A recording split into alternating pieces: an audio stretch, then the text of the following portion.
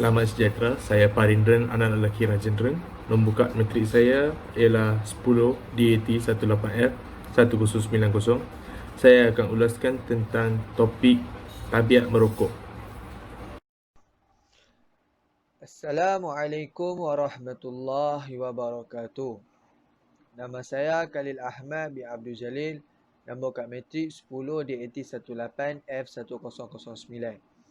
Okey, hari ini saya akan membincangkan amalan gaya hidup yang tidak sihat punca daripada makanan segera dan minuman yang bergula. Selamat pagi dan selamat sejahtera. Nama saya Pin Rajak, lelaki Kaliwanan dari kelas DAT 5A. Nombor kad matrik saya 10 DAT 18F1067.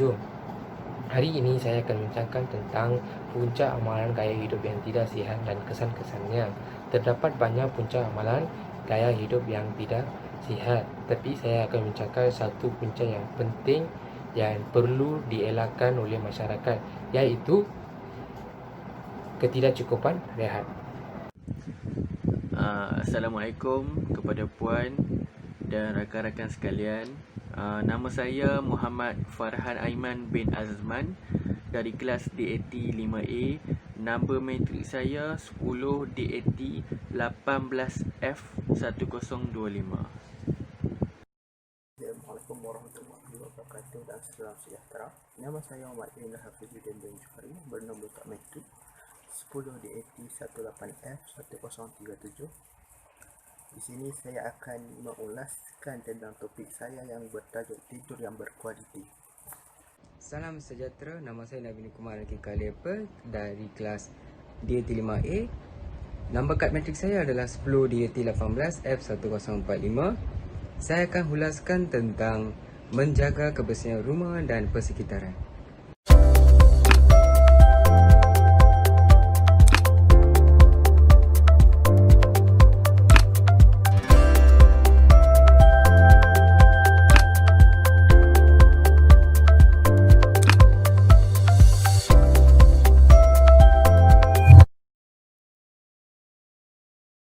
Secara umumnya, gaya hidup sihat ditakrifkan sebagai satu proses atau amalan kesihatan ke arah perubahan hidup yang memuaskan yang meliputi pelbagai aspek termasuklah penjagaan pemakanan yang seimbang, bersenam, mengawal tekanan atau stres dan yang paling penting adalah untuk menghindari diri daripada aktiviti-aktiviti yang negatif dan berisiko.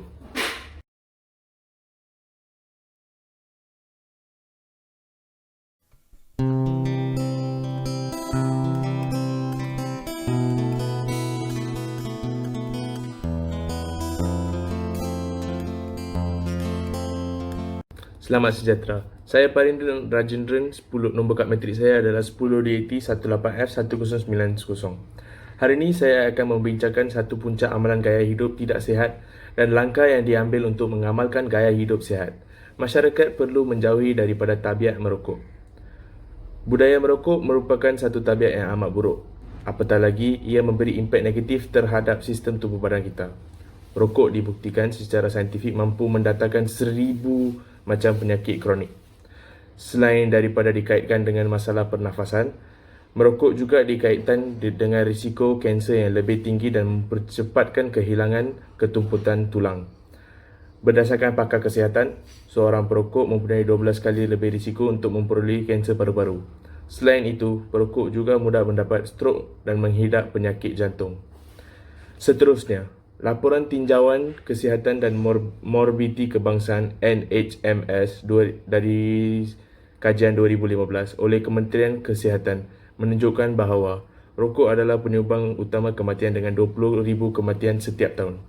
Tetapi, lebih membimbangkan apabila 1/3 atau 2.8 juta penduduk negara ini adalah perokok pasif yang turut mengalami kesan kesihatan negatif seperti perokok aktif. Oleh itu, Kementerian Kesihatan Malaysia telah mengambil inisiatif untuk melaksanakan perluasan kawasan larangan merokok yang melibatkan semua restoran atau kedai makanan mulai 1 Januari 2019 dan diperketatkan pada 1 Januari 2020, iaitu melalui kempen Ribbon Biru. Pelaksanaan dan pengiktirafan kempen Ribbon Biru oleh Menteri Kesihatan Datuk Seri Dr. Zulkifli Ahmad pada Disember 2019 menjadi inisiatif terbaik ke arah mengurangkan amalan merokok, sekaligus menjadi sokongan kepada usaha kerajaan dalam mewartakan tempat awam sebagai kawasan larangan merokok. Inisiatif ini adalah untuk elakkan orang awam yang tidak merokok supaya bebas daripada kesan asap rokok. Pada masa yang sama, tujuan larangan ini adalah untuk mendidik sekiranya tidak dapat mengurangkan atau berhenti merokok. Sekurang-kurangnya, kita berharap perokok akan mengubah sikap supaya tidak merokok dalam kalangan orang ramai. Terdapat banyak pendapat terhadap tindakan kerajaan yang menguatkuasakan undang-undang merokok di tempat awam, tetapi terdapat lebih kebaikan daripada keburukan. Kerajaan kita telah kuatkuasakan undang-undang supaya orang awam yang tidak merokok selamat dari kesan-kesan asap rokok. Pada masa yang sama, ini adalah satu cara yang bagus untuk perokok mengatasi tabiat ini dan mengamalkan gaya hidup sihat untuk kebaikan sendiri. Pada masa yang sama, ibu bapa juga memainkan peranan untuk mendidik anak-anak tentang keburukan yang akan diperoleh jika terjebak dengan tabiat merokok. Akhir sekali, untuk berhenti merokok bukanlah satu perkara yang mudah. Jadi anda disyorkan untuk mendapatkan bantuan profesional. Hentikan tabiat ini selangkah demi selangkah dan lama-kelamaan kita boleh memperoleh gaya hidup yang lebih sihat.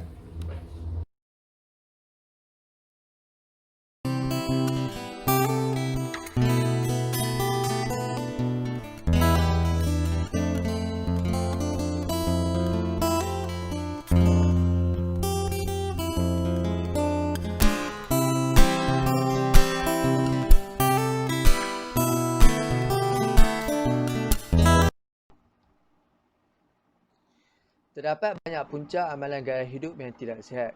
Tetapi hari ini saya akan membincangkan dua punca utama yang perlu dielakkan oleh setiap orang supaya kekal sihat sentiasa. Punca yang pertama ialah pengambilan makanan yang tidak sihat. Manakala punca yang kedua ialah kandungan gula yang sangat tinggi di dalam minuman harian mereka. Kita dapat lihat ramai orang yang mengambil mudah tentang pengambilan makanan seharian mereka. Hal ini kerana mereka tidak mengutamakan perkara ini. Pengambilan makanan yang tidak sihat seperti makanan segera tidaklah begitu baik untuk kesihatan kita dan kemungkinan besar akan terdedah kepada penyakit kronik. Manakala makanan seperti burger, mi segera, pizza dan lain-lain lagi tidaklah begitu baik untuk dimakan dalam kuantiti dan kekerapan yang sangat tinggi. Ini kerana ada kesan sampingan untuk kesihatan kita. Makanan segera merupakan salah satu punca kepada penyakit kronik. Ini selaras dengan kajian yang dilakukan seawal tahun 2000.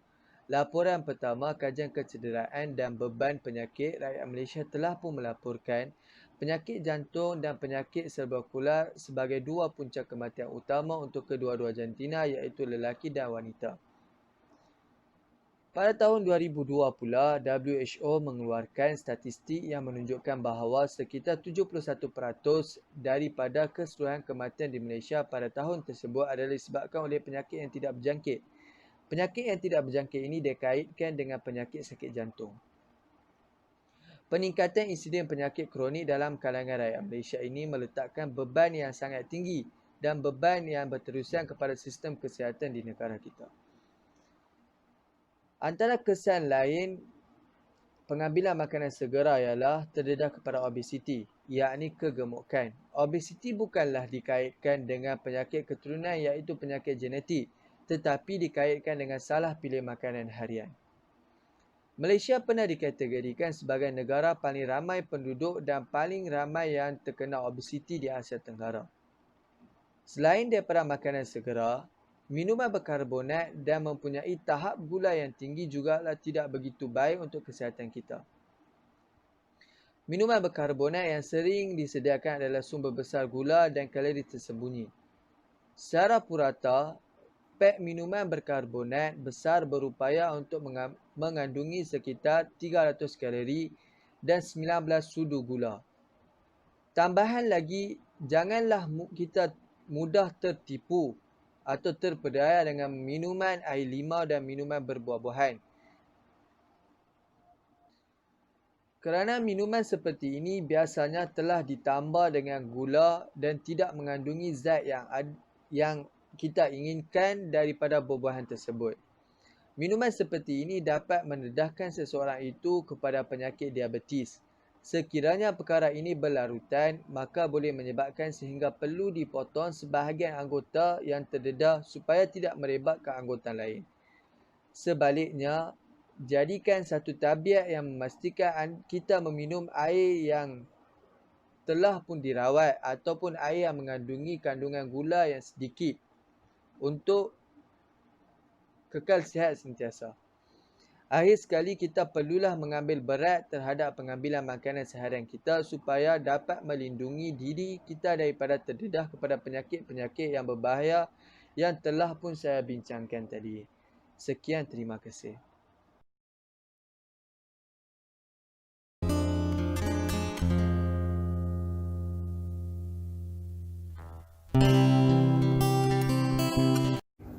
Dalam dunia teknologi ini, ramai orang tidak dapat rehat atau ketiduran yang mencukupi. Hal ini kerana masyarakat memberi kepentingan kepada urusan-urusan yang lain berbanding dengan ketiduran atau rehat. Dalam kalangan kita ada yang bangun awal untuk menyediakan anak-anak ke sekolah atau mengelakkan diri sendiri daripada kesesakan lalu lintas. Namun ada sesetengah orang daripada kalangan kita terpaksa bekerja sampai lewat malam dan boleh pulang ke rumah pada waktu malam sahaja. Hal ini menyebabkan kita atau masyarakat tidak mencukupi rehat. Kalau kita tidak mencukupi rehat ataupun tidur, kita tidak dapat fokus dalam pembelajaran kita ataupun pekerjaan kita. Hal ini menyebabkan kita semakin hari semakin lemah dalam pekerjaan dan pembelajaran kita. Selain itu, kita juga akan rasa letih dan kita tidak mahu berinteraksi dengan orang lain semasa kita tidak mencukupi rehat. Terdapat beberapa kesan kalau kita tidak mencukupi rehat. Salah satunya ialah ketidakcukupan tidur juga boleh menyebabkan kita mudah terdedah kepada tekanan dan kemurungan. Ketidakcukupan tidur dalam tempoh yang lama akan menjelaskan sistem badan kita serta melemahkan sistem imun kita yang menyebabkan atau meningkatkan risiko penyakit pernafasan. Rehat yang tidak cukup juga akan menyebabkan ketidakseimbangan hormon lapar dalam tubuh badan yang menyebabkan seseorang makan makanan yang tinggi karbohidrat. Walau bagaimanapun, rehat yang tidak cukup juga akan mengakibatkan kehilangan berat badan. Berdasarkan kajian yang telah dibuat oleh Pusat Tidur University Glasgow di London, tidur mencukupi pada waktu malam penting untuk kecergasan fizikal dan mental. Tidur ialah cara semula jadi yang membekalkan rehat, pemulihan dan tenaga kepada manusia. Selain itu, mereka yang tidur kurang 6 jam sehari dan terganggu berisiko 48% menghadapi atau meninggal dunia akibat sakit jantung dan 15% risiko menghidap atau mati akibat serangan angin amar. Namun, tidur yang terlalu panjang atau lebih 9 jam mungkin juga menjadi petanda kepada penyakit termasuk kardiovaskular. Semakin pendek tidur, semakin tinggi risiko mengalami obesiti. Orang ramai mengambil ringan soal tidur. Jadi, ia tidak mungkin membantu menghilangkan berat badan, tetapi sebenarnya ia meningkatkan berat badan kita.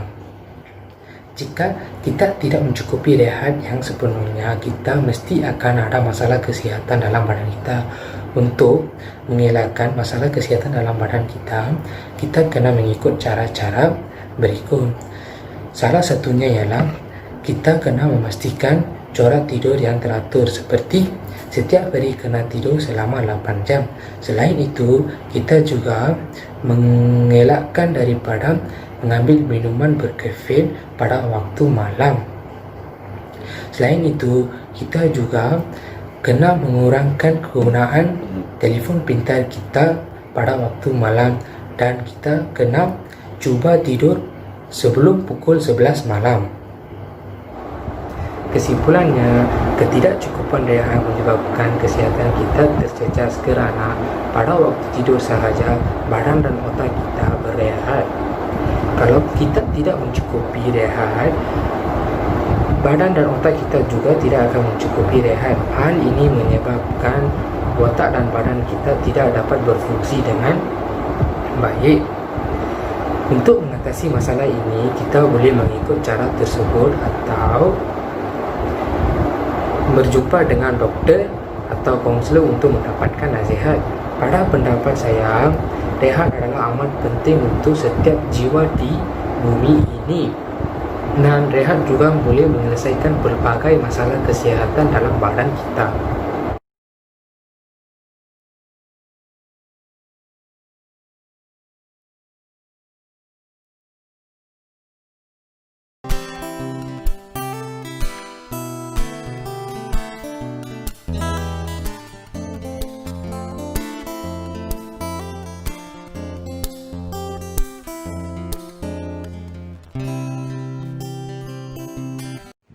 Baiklah, saya akan menerangkan tentang jenis-jenis gaya hidup yang sihat.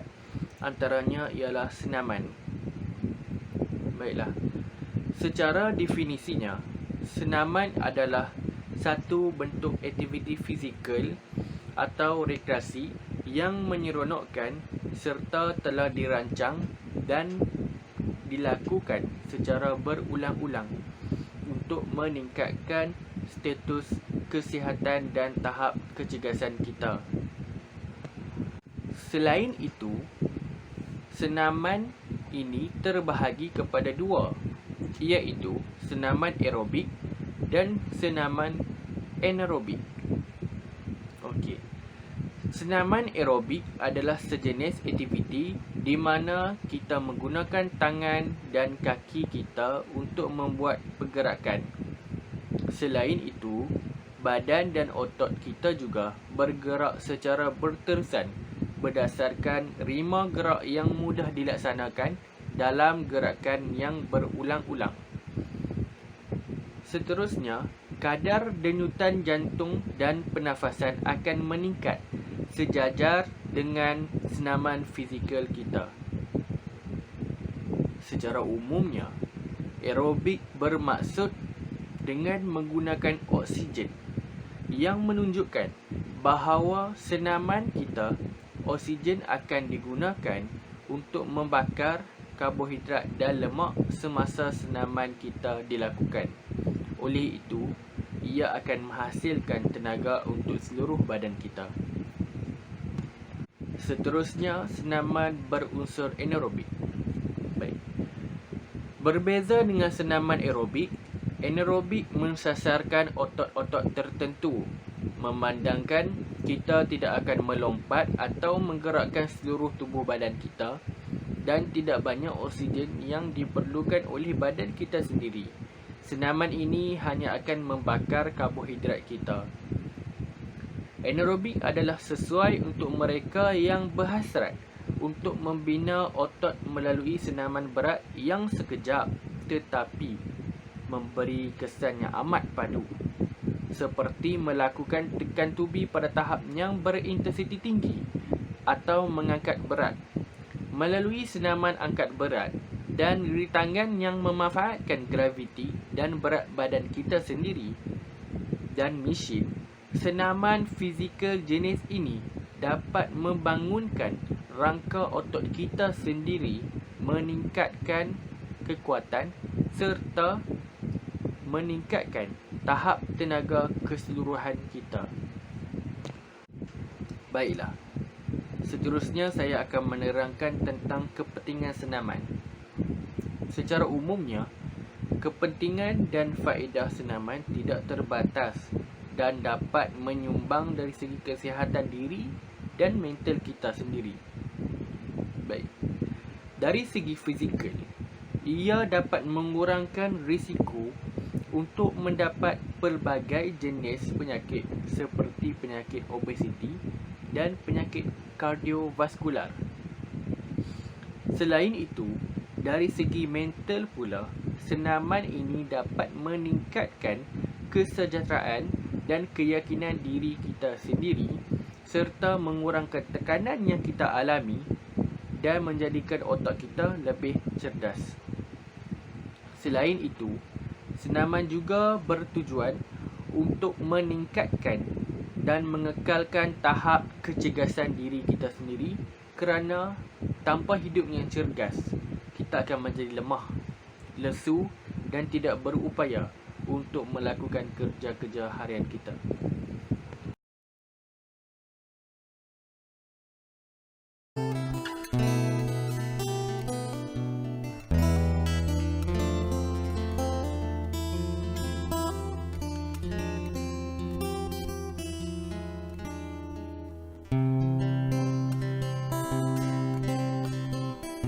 Bismillahirrahmanirrahim. Assalamualaikum warahmatullahi wabarakatuh.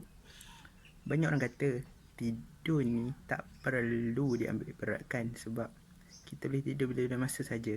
Tapi mereka tahu tak, tidur ni ada banyak kualiti-kualitinya. Banyak orang kata tidur ni hanya membuang masa sahaja. Tetapi mereka tidak tahu tentang diri kita yang penat bekerja, penat belajar dan mahukan rehat yang sementara untuk menenangkan fikiran kita dan memperkuatkan lagi pengingatan kita tentang memori yang kita belajar dalam kelas ataupun semasa kita study di dalam bilik. Tetapi orang sekeliling tetap menghakimi kita tentang apa yang kita lakukan ketika benda tersebut terjadi. Tidur ini tidak mengeluarkan kos yang begitu banyak sebenarnya, tapi kita hanya perlukan badan kita untuk berehat dan menenangkan fikiran supaya kita dapat menyegarkan balik badan kita. Tanpa membuang masa, mari kita mengetahui apakah maksud tidur. Tidur ialah keadaan rehat yang semula jadi yang dialami oleh seluruh dunia fauna, termasuklah manusia dan juga haiwan.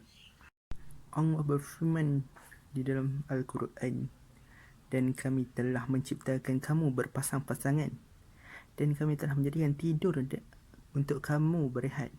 Surah An-Naba ayat 8 hingga 9. Dalam ayat ini kita dapat menyimpulkan bahawa Allah itu Maha Penyayang kerana Allah memberikan satu nikmat kepada kita, iaitu nikmat tidur yang lena. Kalau jika Allah tarik nikmat itu, maka kita akan menjadi kurang keyakinan untuk belajar dan kita akan kehilangan konsentrasi semasa kita belajar ataupun bekerja di tempat kerja. Terdapat beberapa faedah tidur yang berkualiti, antaranya ialah memori dan konsentrasi. Kajian telah mendedahkan bahawa semasa kita tidur, memori yang kita belajar semasa kita dalam kelas ataupun kita belajar di dalam bilik, dia akan memperkuatkan lagi memori kita semasa kita tidur. Dalam masa yang sama, terdapatnya satu proses iaitu penyatuan memori. Penyatuan memori adalah memori kemahiran atau pembelajaran yang dipelajari semasa dalam kelas akan ditambah baik atau diperkuatkan lagi dengan beralih ke kawasan otak yang lebih efisien dan kekal kepadanya. Di samping itu, ia juga dapat memperkuatkan lagi pengingatan kita untuk menyelesaikan sesuatu masalah dalam pembelajaran tersebut. Dalam masa yang sama, kita dapat mengkonsentrasikan diri kita dalam kelas dengan lebih penumpuan semasa pensyarah mengajar kita. Seterusnya adalah berat badan yang sihat. Jika kita lihat pada zaman kini, kita dapat lihat bahawa banyak orang yang berat badannya terlampau dan setengahnya kita dapat lihat kurang dia punya vitamin. Kita tak boleh mengatakan bahawa mereka kurang tidur ataupun terlebih tidur, tapi kita kenalah bersyauk sangka baik kepada seseorang tersebut. Jika kita kurang atau terlebih tidur, kita dapat mengganggu keseimbangan hormon dalam badan yang mengawal ketumbuhan atau selera makan kita, iaitu hormon ghrelin dan hormon leptin. Hormon-hormon inilah yang mengawal dan menambah selera makan kita. Jika kita terkurang atau terlebih tidur, maka ia akan mengacau sistem tersebut. Mari saya beri satu contoh tentang kesihatan badan. Terdapat dua pelajar iaitu Chi dan Lee. Chi dia selalu tidur tepat pada waktunya, manakala Lee dia selalu tidur lewat ataupun awal, ikut kepada persekitarannya. Tapi berat badan mereka berlainan. Chi mendapat berat badan yang ideal mengikut ketinggian dan berat badannya, manakala Lee dia tidak berat badan yang ideal sebab dia tidak memberi tumpuan kepada tidur yang lainnya. Jika kita mahukan berat badan yang sihat, bukan sahaja kita perlu bersenam atau menjaga permakanan, kita juga perlu menitik beratkan tidur yang lainnya. Sebab tidur ni dia membuatkan kita berehat daripada membuat perkara-perkara yang lebih teruk, ya. Faedah seterusnya, kita dapat mengawal emosi kita. Emosi dan tidur sebenarnya berkait rapat antara satu sama lain. Jika kita terkurang tidur, maka emosi kita akan terganggu dan emosi kita akan menjadi marah dan tidak keruan. Manakala jika kita cukup tidur yang berkualiti, emosi kita akan baik, kita akan senyum dan kita dapat menumpukan perhatian kita semasa kita belajar dalam kelas kita. So, kita haruslah menjaga tidur kita dengan sebaiknya supaya emosi kita tidak terganggu dan janganlah kita terhasut oleh kawan-kawan kita untuk tidur lambat sebab dia akan mengganggu kita punya pembelajaran semasa kelas.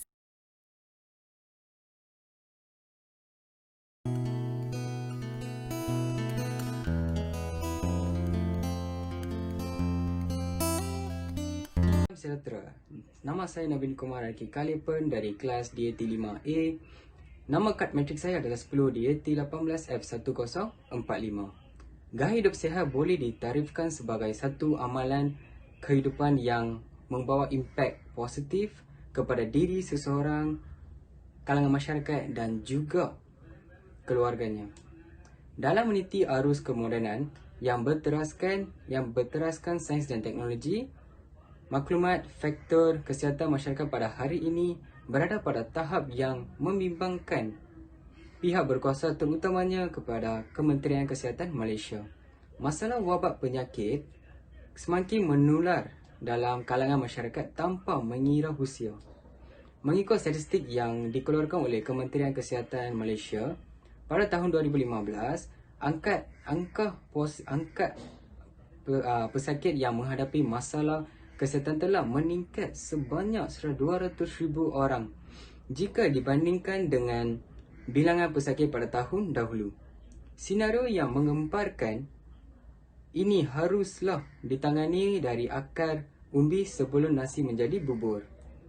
Terdapat banyak amalan gaya hidup sihat, tetapi hari ini saya akan membincangkan tentang satu amalan gaya hidup sihat yang sangat-sangat penting yang perlu diikuti oleh semua kalangan masyarakat. iaitu menjaga kebersihan rumah dan persekitaran. Orang ramai haruslah memastikan bahawa tubuh badan, pakaian, makanan dan persekitaran selalu sentiasa bersih. Seterusnya, bagaimana kita akan menjaga kebersihan rumah dan persekitaran adalah tempat tinggal kita seharusnya bersih dan terhindar daripada kehidupan serangga seperti nyamuk, lalat dan lipas. Persekitaran yang bersih membolehkan kita mendapat udara yang nyaman dan bersih. Kita boleh menjaga kebersihan tempat tinggal kita dengan membuang sampah serap yang terdapat di rumah ataupun persekitaran kawasan.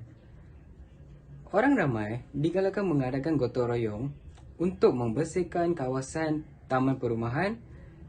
Amalan ini dapat mengelakkan pembiakan ejen-ejen pembawa penyakit seperti nyamuk, lipas, lalat dan sebagainya. Selain itu, tempat-tempat pembiakan nyamuk di dalam atau di luar rumah seperti pelapit, pasu bunga ataupun tempat takungan air mestilah kerap dibersihkan dan ditukar tempat-tempat tersebut. Kalau kita membersihkan tempat-tempat tersebut, kita boleh mengelakkan daripada penyakit yang sangat-sangat serius.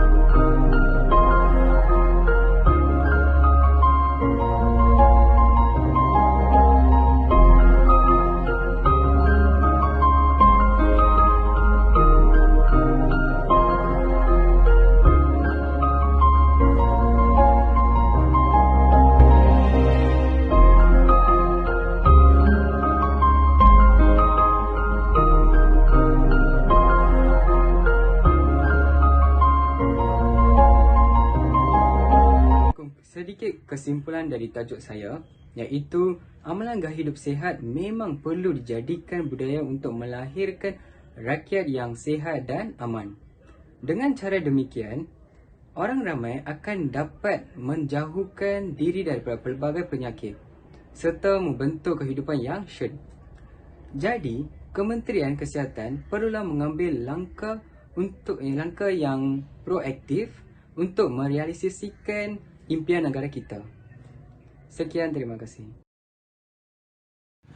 Kesimpulannya, dapat saya simpulkan bahawa setiap manusia perlu mengamalkan gaya hidup yang sihat dan meninggalkan amalan-amalan gaya hidup yang tidak sihat. Hal ini kerana semua orang perlu menghindari dari mendapat penyakit yang tidak diingini.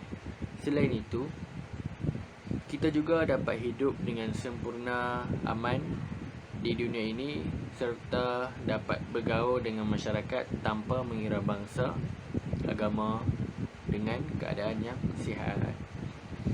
Bagi pendapat pula, kami semua berpendapat bahawa terdapat 3 pihak yang perlu memainkan peranan dalam memupuk amalan gaya hidup yang sihat dalam kalangan masyarakat.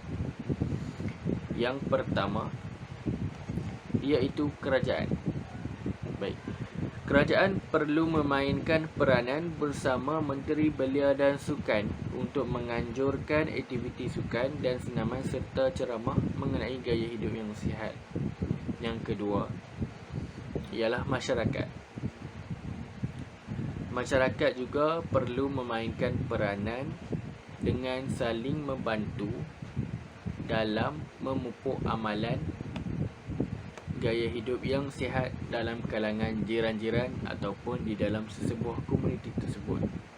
Contohnya, ahli jawatan kuasa komuniti tersebut boleh menganjurkan aktiviti yang sihat. Selain itu, dapat merapatkan silaturahim antara semua. Yang ketiga, ibu bapa. Ibu bapa perlu memainkan peranan untuk meluangkan masa bersama keluarga pada waktu tertentu. Ibu bapa juga boleh merancang aktiviti riadah atau rekreasi bersama keluarga pada hujung minggu ataupun bila-bila masa. Sekian daripada kami semua. Terima kasih, Puan.